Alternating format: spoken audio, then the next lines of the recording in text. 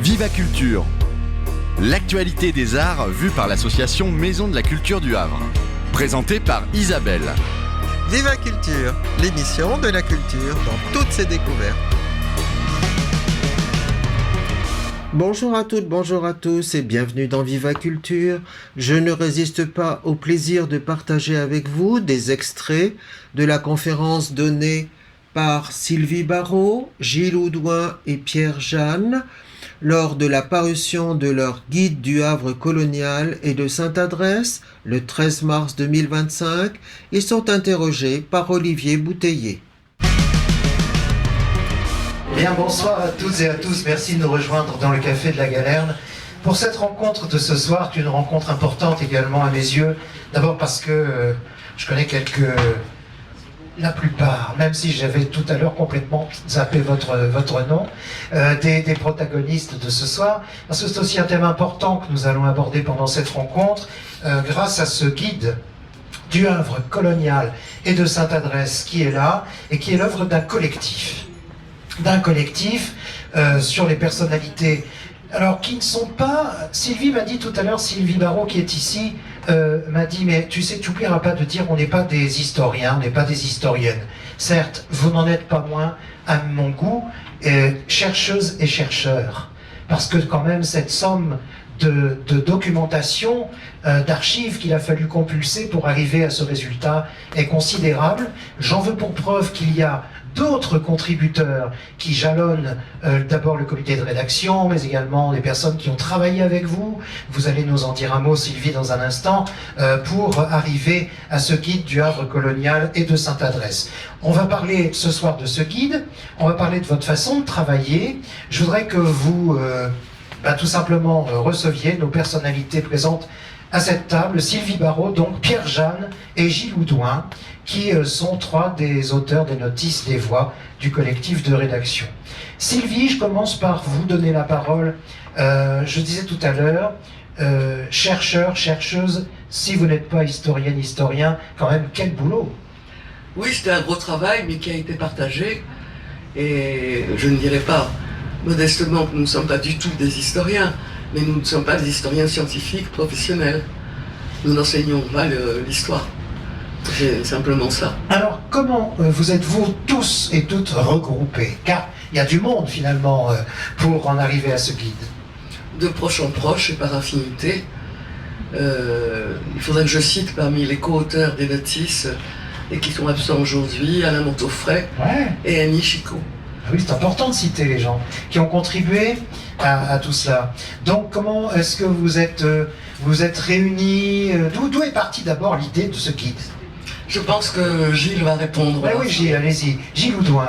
Oui, donc il y a 5 ans à peu près, nous avons été contactés par un ex-Havrais que peut-être certaines ici ont connu, qui s'appelle André Rosweg, et qui était bordelais depuis une trentaine d'années, et qui lui avait été en pleine écriture d'un guide du Bordeaux colonial, parce qu'il faut dire que le guide du Havre et de Sainte-Adresse, ça fait partie d'une collection des éditions Sileps, où il y a déjà plusieurs ouvrages qui concernent Marseille, Bordeaux, évidemment les ports qui ont été très concernés par Rouen également.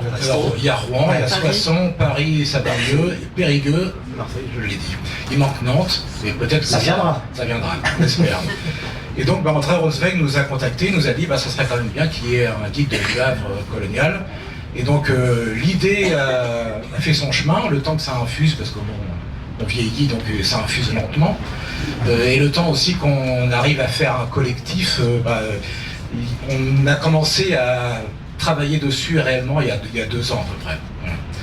Et donc il faut dire comme aussi que les éditions Sileps tiennent absolument à ce que les prix de ces guides soient abordables, parce que leur but c'est de faire de l'éducation populaire, comme on dit, c'est-à-dire que des gens lambda comme nous écrivent aussi pour des gens, je dirais lambda, excusez-moi, mais ou alors soit des Havraises qui veulent en savoir un peu plus sur le nom de leur rue, parce que des fois on a des surprises, on habite 30 ans dans une rue et puis on s'aperçoit qu'il y a des choses qu'on ne connaît pas, ou alors un touriste un peu curieux qui voudrait connaître l'histoire du Havre.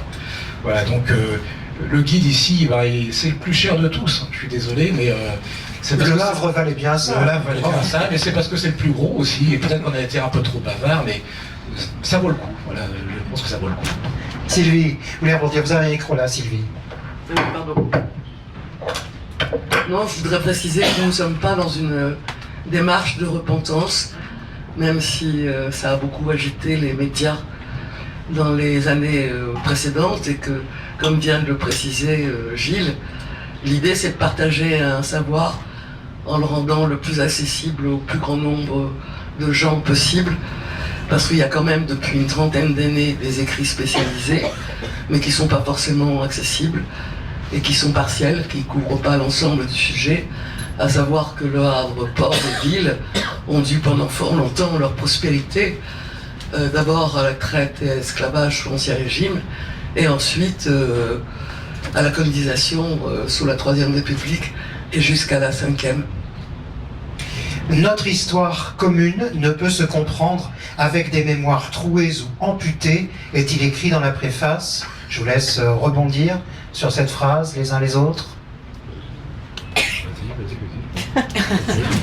Oui, ben, je pense que ça précise très bien quel était notre propos, sauf à être redondante. Je ne vois pas quoi rajouter là. Pierre, allez-y, prenez le micro qui est là, Pierre. Pierre-Jeanne. Bon, les mémoires trouvées, ça convient. C'est une petite allusion à la situation du Havre qui, justement sur la question coloniale, a très longtemps joué la politique de l'autruche. C'est-à-dire qu'on est passé de différentes phases, la première étant la négation du fait qu'on avait été un port détaillé. Et puis progressivement, il y a eu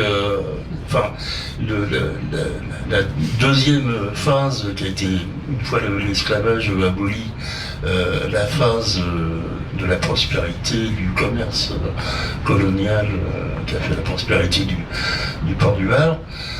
Dans cette époque-là, le corollaire des marchandises et des décisions qui étaient prises ici pour le commerce colonial signifiait sur place des horreurs, des crimes contre l'humanité, etc. Et ça, la corrélation entre les deux, elle n'a jamais été assumée non plus. Il y a eu une phase où on disait, bon voilà, on est un port qui est ouvert sur le monde. Bon, cette situation coloniale, c'était l'ouverture du Havre sur le monde. Et puis c'était facilité par le fait qu'il n'y avait pas d'université, pas de chercheurs. Donc voilà, j'allais dire pas de chercheurs, donc pas de thèse de fait, pas de mémoire rendue, etc. Vous pensez ça vraiment, hein?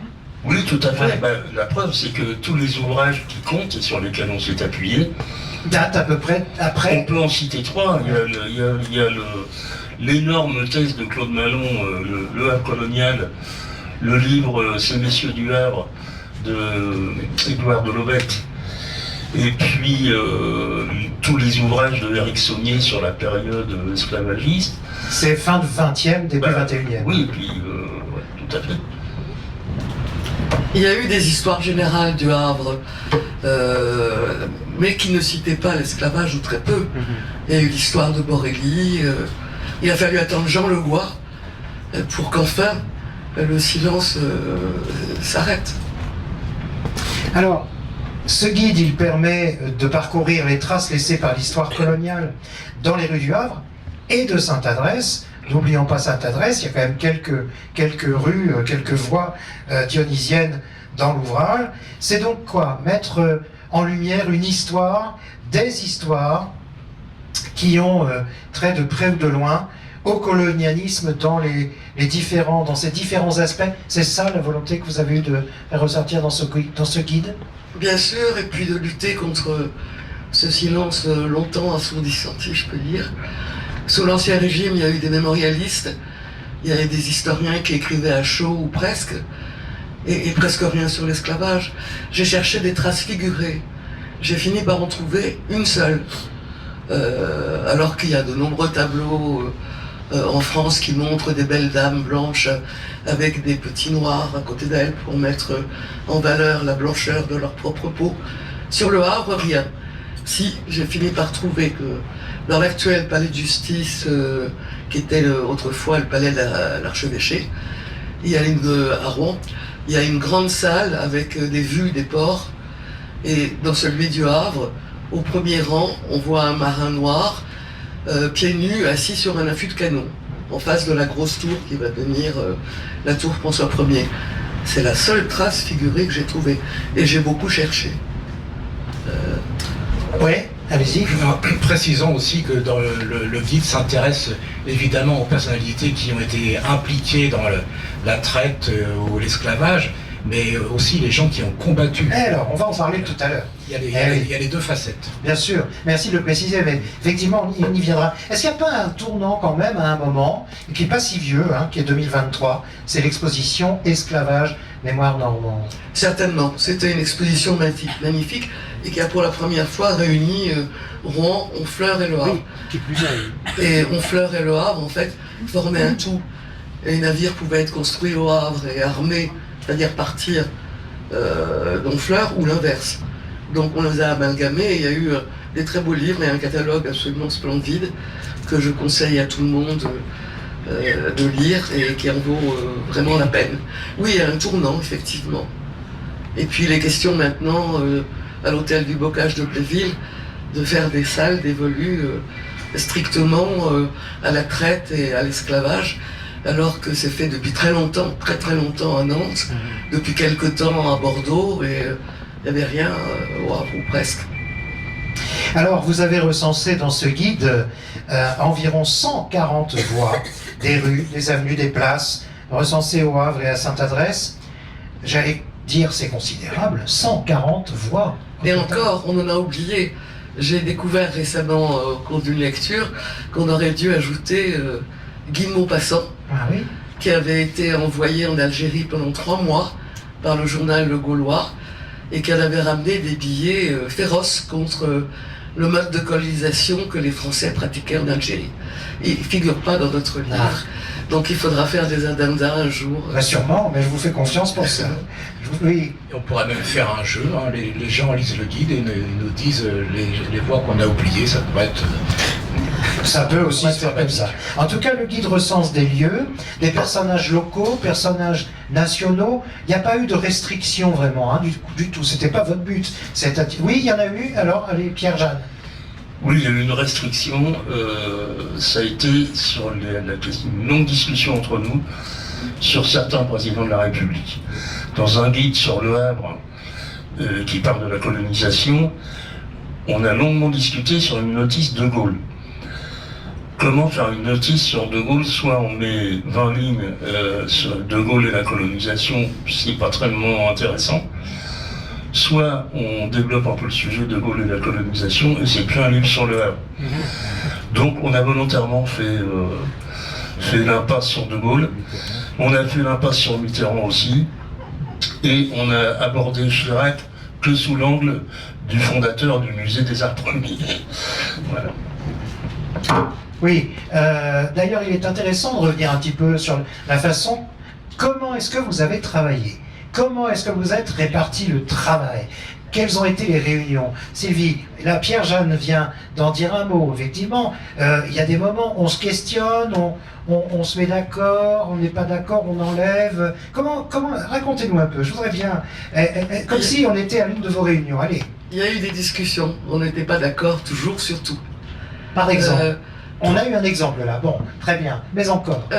Par exemple, sur le général Archinard, j'aurais aimé un peu développer. Et comme il y a eu par ailleurs une contribution qui est due à la directrice actuelle du Muséum d'Histoire Naturelle, il y a une partie de ce que je voulais dire qui a été enlevée. Alors je l'ai regretté. Et donc je vais dire des choses qui ne sont pas dans ma notice sur le général Archinard. Ça tombe bien, oui, on a de la primeur ce soir. Il croyait, comme tout le personnel politique et militaire des débuts de la Troisième République, où il voulait croire à une mission de la plus grande France, à la mission civilisatrice de la France. Ce qui est évidemment complètement dépassé quand on est au courant des horreurs que la France a commises au nom de la colonisation, prétendant apporter des bienfaits à toute l'Afrique, etc.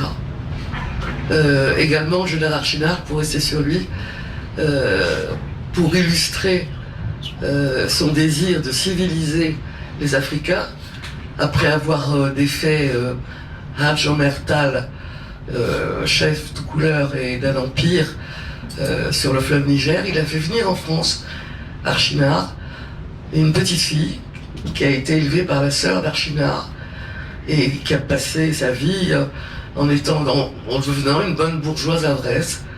Et puis aussi un garçon qui est rentré à Saint-Cyr et qui est mort au cours de ses études. Voilà, je ne vais pas m'étendre, mais j'aurais pu. Écrire tout ça dans l'ouvrage. Oui, vous souhaitiez, Gilles Oudouin, Pierre-Jeanne, réagir. Oui, je voulais, pour répondre à votre question sur la façon dont on a travaillé. Ouais, c'est important ça. Oui, sur la répartition des rues, il y a eu deux choses. D'une part, il y a des gens qui tenaient plutôt à traiter tel personnage parce que ils le connaissaient. Et puis il y a des personnages que personne prenait. Et donc là, soit on a pris par ordre alphabétique, on se les a répartis comme ça, ou de façon un peu hasardeuse. Après, il y a une remise en commun qui était d'abord par mail, puisqu'il y a sur le groupe, il y avait deux personnes qui ne sont pas résidents du Havre, même s'ils sont havrais d'origine. Et donc, ensuite, on a fait des réunions régulières à peu près tous les, je sais pas, 2 mois, 3 mois. Et qu'est-ce qui ressortait pendant ces réunions, un petit peu? Il y a plusieurs choses. Là, c'est trop long, là, pas assez, là, je... Voilà, exactement. Il y avait un problème d'harmonisation, parce que quand on travaille à un certain nombre, pour que ce soit pas totalement déployé, il faut quand même essayer de maintenir une certaine unité. Ce qui est rendu parfois difficile par le fait qu'il y a plus ou moins de choses à dire selon les personnages. Oui, bien sûr. Et qu'on n'est pas forcément d'accord sur si c'est un personnage où il y a beaucoup à dire dessus ou pas. Bon, enfin bref, je passe sur les discussions étaient un peu là-dessus. Elles étaient évidemment sur les choses où on était en divergence sur ce qui était écrit. J'ai souvenir d'échanges rugueux sur Robespierre, par exemple. Il faudrait y revenir. Et donc, voilà, on passait les réunions à ça et à préparer la réunion d'après en continuant à avancer sur les vignettes.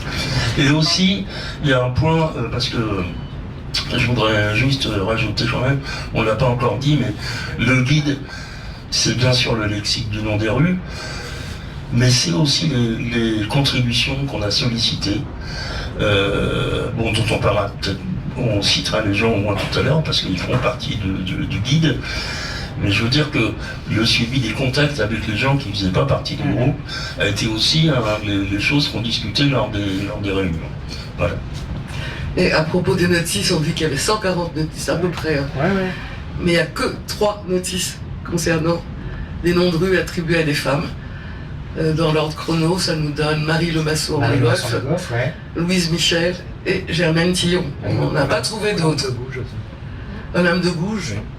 On l'a pas mis. Oui, enfin, vous savez, ça n'en fait jamais que 4 sur 140. C'est vrai que c'est voilà. C'est peu. C'est peu. Oui. Si on a 4 sur 140, c'est aussi parce que les noms de rues souvent sont très masculins. Oui, mais c'est ça. Il y a très peu de rues avec des noms de femmes au Havre ou ailleurs. Tenez, un nom d'homme, Robespierre. Alors il paraît que ça vous inspire. Oui, mais avant de parler de Robespierre, je voulais dire que si on a eu des échanges rugueux entre nous, mais toujours conviviaux quand même. Oui, bien sûr. La preuve, c'est l'objet final quand même. Hein. De toute façon, en visio, on ne pouvait pas se taper dessus, donc c'est plutôt... Donc, si on a eu des échanges rugueux, c'est plutôt bien, parce qu'on voulait de toute manière éviter que le guide soit polémique. On ne voulait ni faire un guide polémique ni politique, on voulait rester factuel. Bien sûr, bien donc sûr. Ces échanges ont permis d'éliminer certains aspects qui auraient pu justement être polémiques. Bon, oui. Oui, on n'a pas été non plus Allez, vas-y. politiquement correct à la mode d'aujourd'hui. J'ai trouvé sur Wikipédia qu'il faudrait dire non pas esclaves, mais personnes en situation d'esclavage. Et pire encore, non pas traite négrière, mais, je vous le donne en 1000, transfert de personnes réduites en esclavage. Donc c'est pas très pratique, donc on a gardé noir et le terme de nègre quand il était employé à l'époque. Oui, en remettant bien sûr dans le contexte de l'époque. Évidemment de l'époque Bien et sûr. des archives, c'est évident. Bien sûr. Bon, dites, vous m'avez toujours pas répondu sur Robespierre. Vous allez dire que bon, mais non, mais si jamais il y a eu une personnalité, un nom, quelque chose qui a apporté polémique, peut-être que voilà, c'est ça aussi un travail avec une équipe. On le disait tout à l'heure, de ne pas être forcément d'accord. Oui, parce que Robespierre, enfin pour moi, je voulais rétablir certains faits indubitables, d'autant plus indubitables qu'il les met lui-même dans ses mémoires. Donc, à moins qu'il soit entièrement fou, ce qu'il a écrit, c'est ce qu'il pensait réellement. Et donc, par exemple, on lui attribue une phrase fameuse qui disait périssent les colonies plutôt que les principes. Bon, il s'avère que cette phrase n'est pas de lui. Cette phrase est de Camille Desmoulins.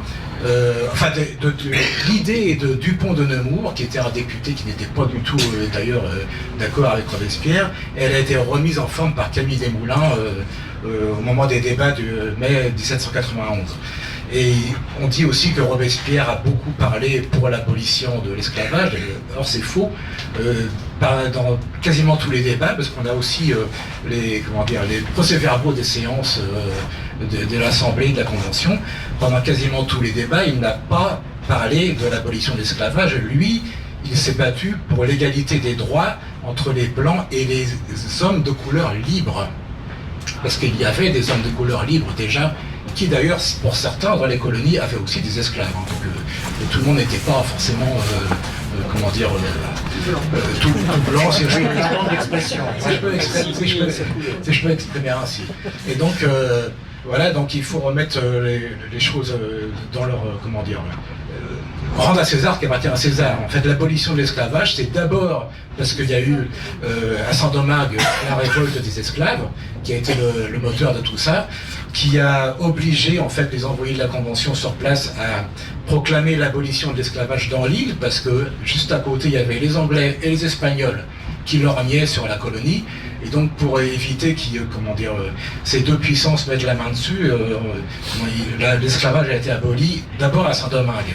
Et ensuite il y a 3 députés qu'on a appelés la délégation tricolore, parce qu'il y avait un blanc, un noir et un métis qui sont venus à la Convention. Et c'est Danton qui a fait en sorte qu'il puisse parler à la Convention un jour où il y avait tous les députés qui étaient là. Et c'est le discours de Danton qui a abouti à l'abolition de l'esclavage. Oui, on pourrait rajouter que l'attitude de Robespierre est également celle de l'abbé Grégoire, qui était un des animateurs et un des fondateurs de la Société des Amis des Noirs, et qui dans un premier temps voulait l'émancipation des esclaves, et dans un deuxième temps s'est concentré sur l'égalité des droits pour les Noirs libres et affranchis, dans un souci d'efficacité en fait. Voilà. Alors j'ai lu dans l'ouvrage, j'ai lu dans le guide, je cite, nous sommes allés de découverte en étonnement. Alors découverte, ça je comprends, parce que on citait tout à l'heure le nombre de voix, etc., de quais, et j'en passe, et d'étonnement. Qu'est-ce qui, les uns après les autres, vous a le plus étonné au fur et à mesure de vos découvertes et de votre travail, qui a, je le rappelle, duré plus de 2 ans. Alors on commence par Sylvie, par Pierre ou par Gilles? Allez, Pierre, Jeanne. Ce qui nous a surpris, c'est la découverte, alors qu'on connaissait les noms des rues, enfin des personnages des rues dénommées depuis très longtemps, de découvrir des personnalités parfois insolites. Je pense par exemple, je cite celle-là, il y en a plusieurs, mais je le cite parce que ça fait partie des 3 ou 4 personnes qui sont opposées dès le XVIIIe siècle à l'esclavage.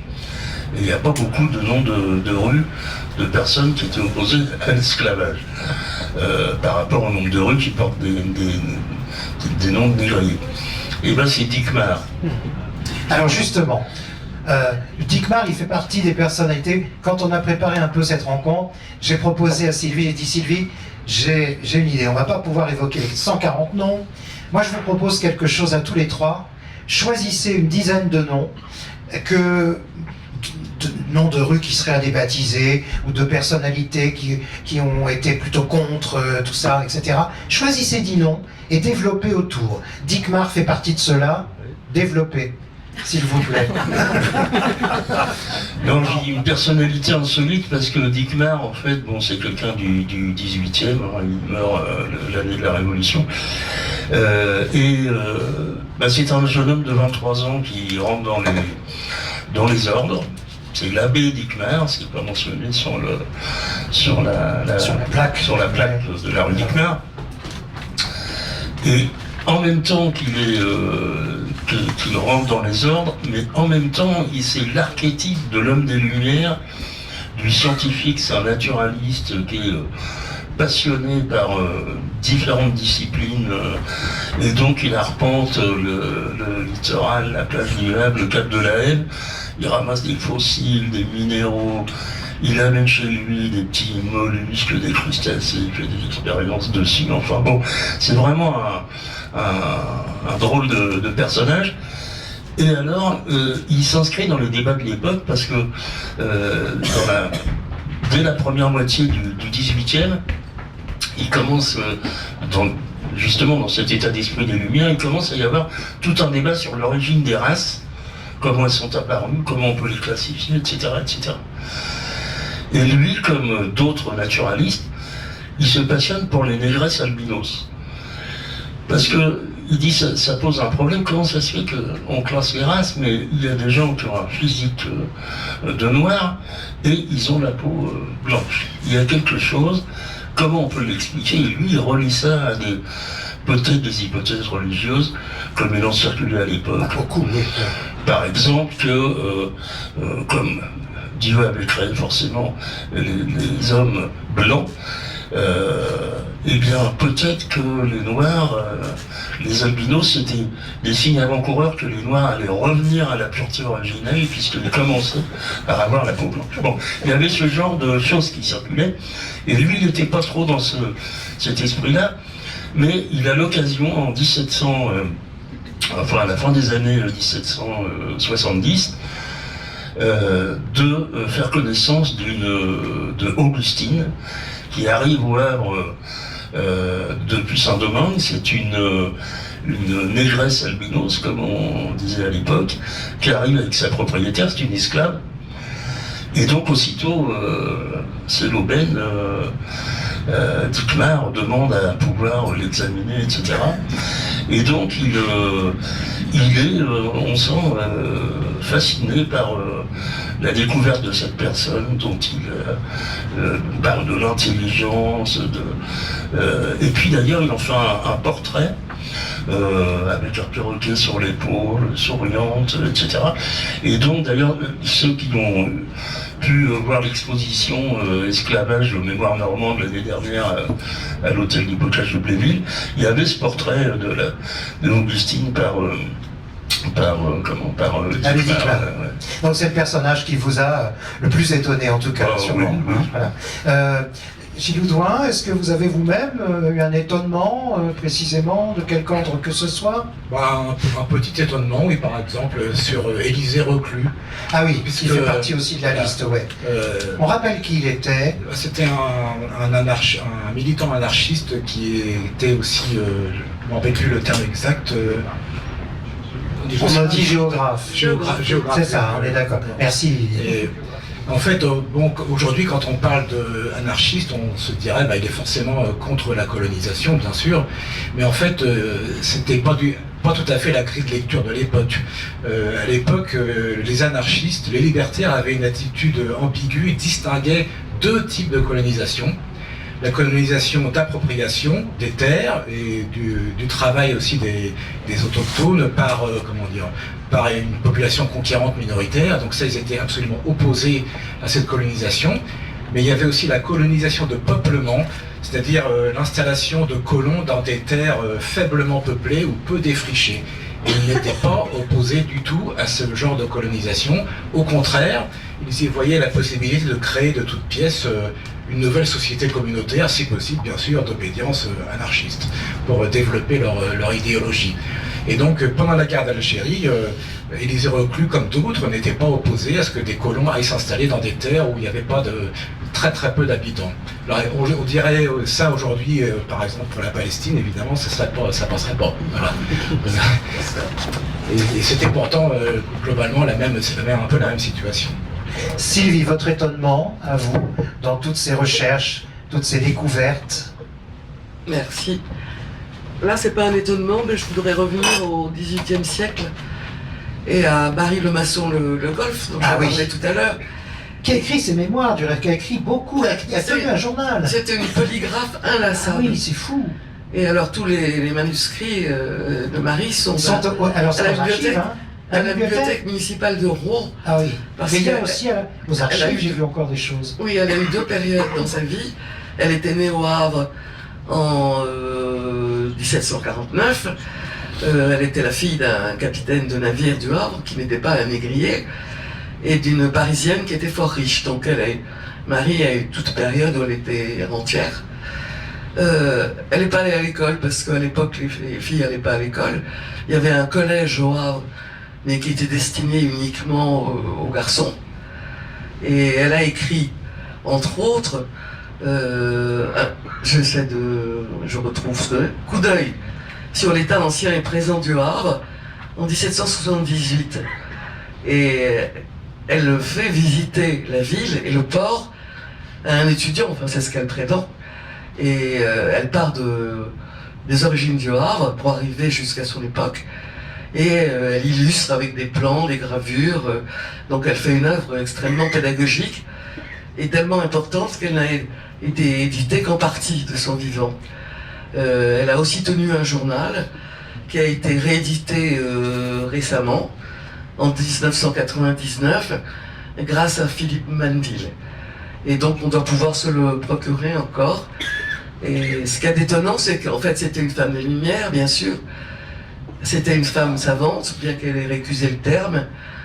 Elle était extrêmement royaliste. Oui, j'allais dire parti pris quand même, pas mal. Ah oui, oui, hein. elle avait des partis pris tranchés. Elle était ouais. extrêmement royaliste et tout à fait catholique. Et farouchement abolitionniste. Comme l'abbé Dickmarin, avec des phrases bien senties pour dénoncer l'asservissement des uns par les autres. Donc c'est une personnalité qui m'a fort intéressée. Ah oui, bien sûr. Et on a des portraits d'elle, et je crois qu'ils étaient dans l'exposition de 2023. Un personnage qui est intéressant, qui est peu connu, et qui s'appelle Édouard Corbière. Il était né en 1793.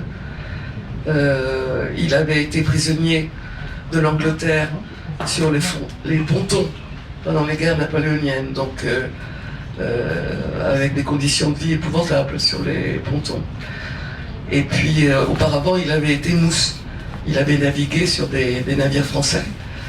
Et je ne sais pas si c'était sur des navires de traite, mais il avait fréquenté les côtes africaines. Et plus tard, il est allé aux Caraïbes et il a navigué pendant longtemps comme capitaine. Parce qu'à ce moment-là, il était à Rouen.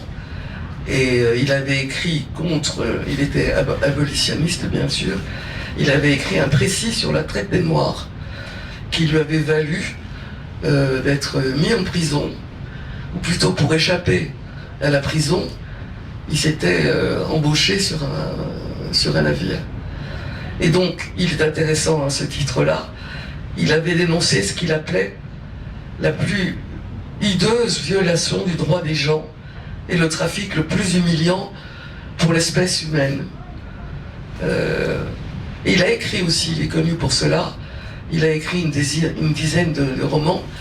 Il est surtout connu pour un livre qui s'appelle Le Négrier, qu'il a publié en 1832, qui a été réédité récemment, il y a quelques années, je ne sais pas la date en tête, et qui est donc une critique à partir des trajets d'un navire négrier, une critique de la traite et de l'esclavage. Il est aussi connu au Havre pour avoir été rédacteur en chef du journal Le Havre, qui était un journal d'annonces commerciales et maritimes, et qui est très utile pour retrouver les entrées et sorties des bateaux, des navires, des bateaux, oui. leur cargaison, les incidents de bord. Rappelez-nous son nom à ce monsieur. Édouard Corbière. Édouard Corbière. Il était le père de Tristan Corbière, poète maudit entre guillemets. Et il a un dernier titre, Édouard Corbière, à être connu, et c'est pas le moindre. Il est retourné vivre à sa ville d'origine, Morlaix, dans le Finistère, en 1840 et quelques, 1844. Et il a fondé la compagnie des paquebots à vapeur du Finistère, qui jouera un rôle extrêmement important, parce que le Finistère ne disposait pas à l'époque d'une arrivée de chemin de fer.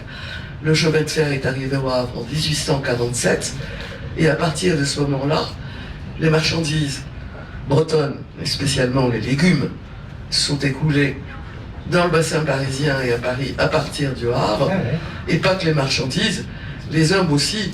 Ça, c'est ce qui a permis aux Bretons De venir d'embaucher ici. Et d'embaucher à Paris. Oui, aussi. Et d'embaucher ici pour les grands travaux portuaires Bien sûr. qui débutaient sous le Second Empire. Donc à ce titre et à tous ces titres, il mérite d'être connu. Voilà. Alors, une autre personnalité, peut-être messieurs, vous avez noté vous-même, Gilles ou Pierre, une personnalité dans la fameuse dizaine que je vous demandais de relever. Allez-y. Il y en a une dont il faut absolument parler, même si tout le monde ici se doute qu'on allait en parler, c'est Jules Mazurier quand même. Ah ben j'attendais pas Jules là, Ah bon. mais bon, non mais ça viendra peut-être tout à l'heure. Alors, qui est un personnage absolument abominable. Je ne vais pas divulgacher, donc je ne dirai pas ce qu'il a fait. Tout est expliqué dans le guide. D'accord. Voilà. 12 € seulement. Oui, donc vous faites bien. Très bien. Jules Mazurier. Mais Jules Mazurier, il faut en parler parce que c'est celui grâce à qui tout a débuté en fait. Je me souviens qu'en 2013, on a commencé avec certains partis politiques et une association qui s'appelle Mémoire et Partage. On a commencé à vouloir faire une campagne, justement, alors pas pour débaptiser les rues, mais pour avoir des plaques explicatives sur les actions de ces gens dans l'esclavage ou la traite. Et donc, en 2013, ça n'a pas été suivi des faits. Bon, je suis heureux de voir qu'en 2024 ou 2023, la ville de Havre a commencé le travail qu'il va falloir poursuivre. Et à cette époque-là, on avait eu d'ailleurs un grand débat, parce qu'on débat toujours, faut-il débaptiser les rues ou pas ?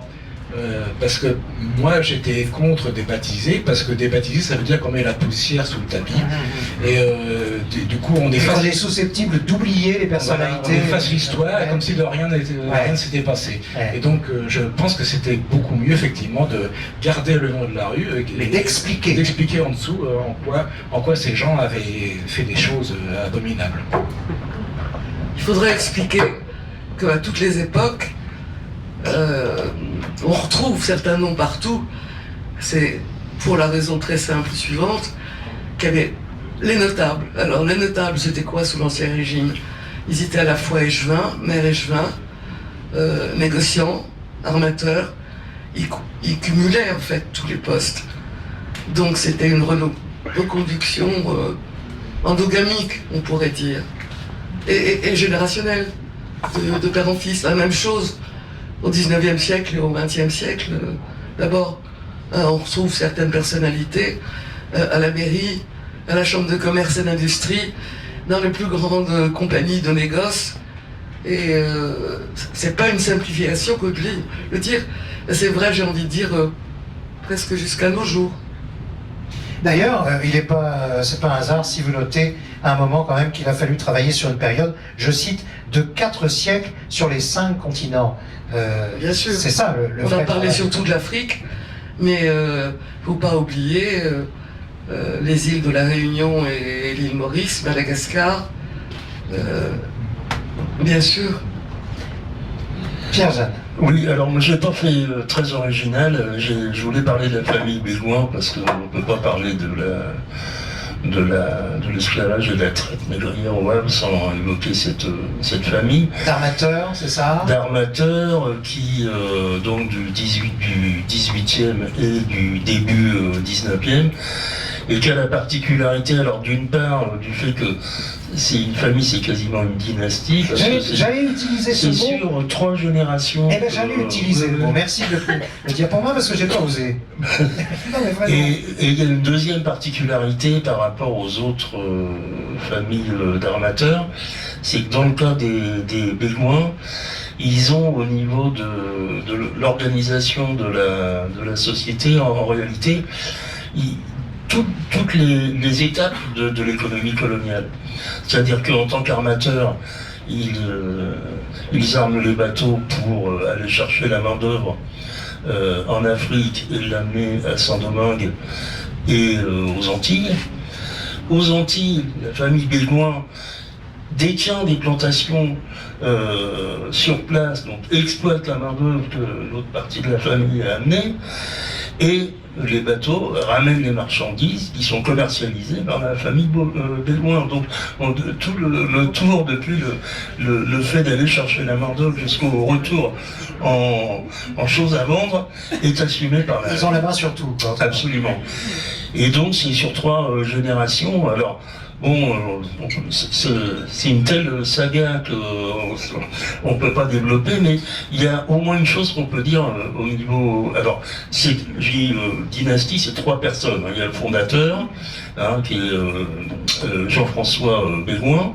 C'est pas son fils, c'est son neveu qui va hériter Jacques-François Baudouin, et le fils de Jacques-François continue après au début 19e.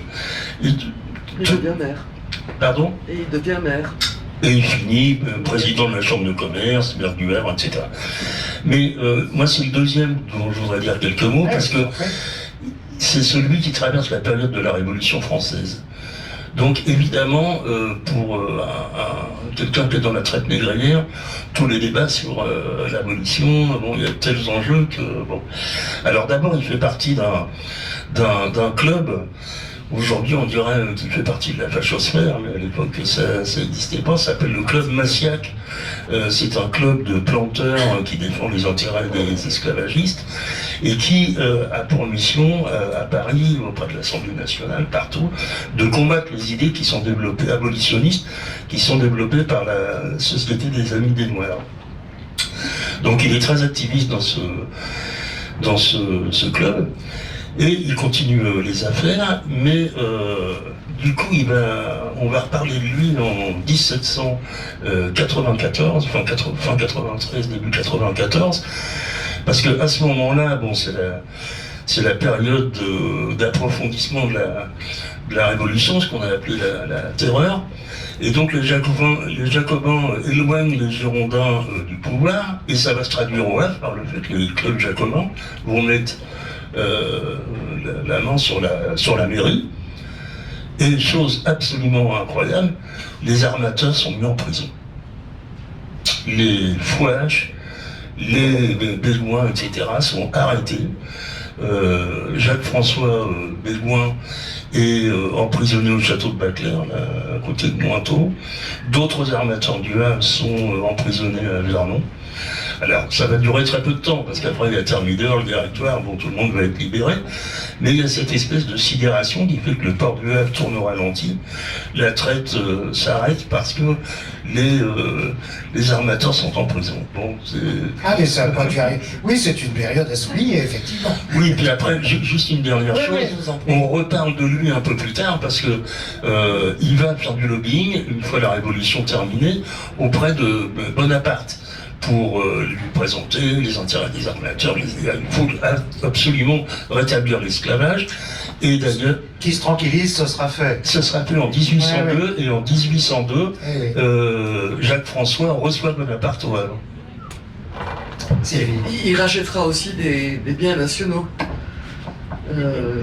Voilà, un château, etc.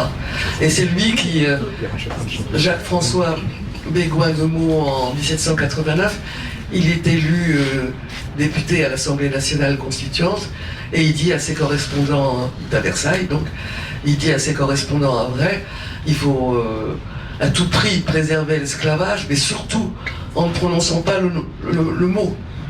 Ah ben bien sûr. Voilà. Dites, dans la liste que vous m'avez donnée, il y a quand même un nom qui m'a... Ho Chi Minh. Qui parle de Ho Chi Minh ? Oui, alors, Ho Chi Minh ne figure pas dans les notices, parce qu'il ne nous a pas échappé qu'il n'y a pas de rue, ni de boulevard, ni d'avenue Ho Chi Minh. Non, ça, j'avais noté. Voilà. Il n'y a même pas d'impasse non plus. Ho Chi Minh. Non, c'est parce que longtemps, ça a été un peu un mythe, c'est un bruit qui courait sur le fait que Ho Chi Minh avait vécu au Havre, et des gens disaient non, c'est pas possible et tout. Et effectivement, oui, on a voulu, alors ça apparaît non pas dans les notices, mais dans une des contributions à la fin du guide. Ho Chi Minh, la première fois qu'il quitte à l'âge de 21 ans l'Indochine de l'époque, pas le Vietnam, il veut voyager, découvrir d'autres réalités, etc., un peu le Vietnam, rencontrer des Indochinois qui sont dans l'immigration. Et donc, il va débarquer à Marseille, mais il va aller au Havre parce qu'en fait, son idée, c'est de commencer par l'Amérique et il veut s'embarquer sur un transatlantique au Havre pour visiter l'Amérique, les États-Unis. Donc ça, c'est en 1911.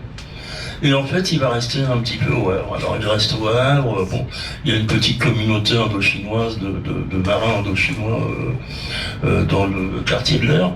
Et donc, il va chercher du travail. Et il va faire différents petits boulots, entre guillemets. Bon, il va être jardinier chez un riche négociant de Sainte-Adresse. C'est inattendu quand même. Enfin bon, pour cette personnalité dont on connaîtra le nom dans le monde entier par la suite, franchement, on s'attend pas à ça, non, au départ. Oui, voilà. Bon, alors, il fait pas que du jardinage. Il fait de la cuisine aussi, hein, sur les cargos, et puis il travaille sur le port, au tri du coton, etc. Enfin bon, voilà. Il reste pas très longtemps, hein. Il reste un an, il part aux États-Unis, mais il revient en 1913. Et donc, il habite dans le quartier de l'Eure, rue Amiral Courbet. Et pour l'anecdote qu'on cite dans le guide, il faut savoir que ce futur dirigeant de la révolution vietnamienne habite rue Amiral Courbet, précisément l'amiral qui a bombardé et conquis l'Indochine pour la faire. Comme quoi. Sylvie. Il y a eu, dans les années 1920, fin des années 1920, une imprimerie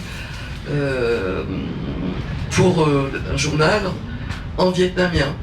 Et elle était hébergée par l'imprimerie du Parti communiste français. Alors le temps tourne. Avez-vous encore, oui peut-être Gilles ou juste une personnalité? Une petite anecdote, je reviens sur mon préféré, la Jules Mazurier.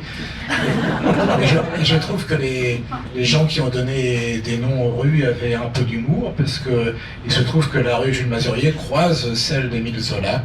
Donc c'est un peu l'alliance de la carpe et du lapin. C'est pas dénué d'humour.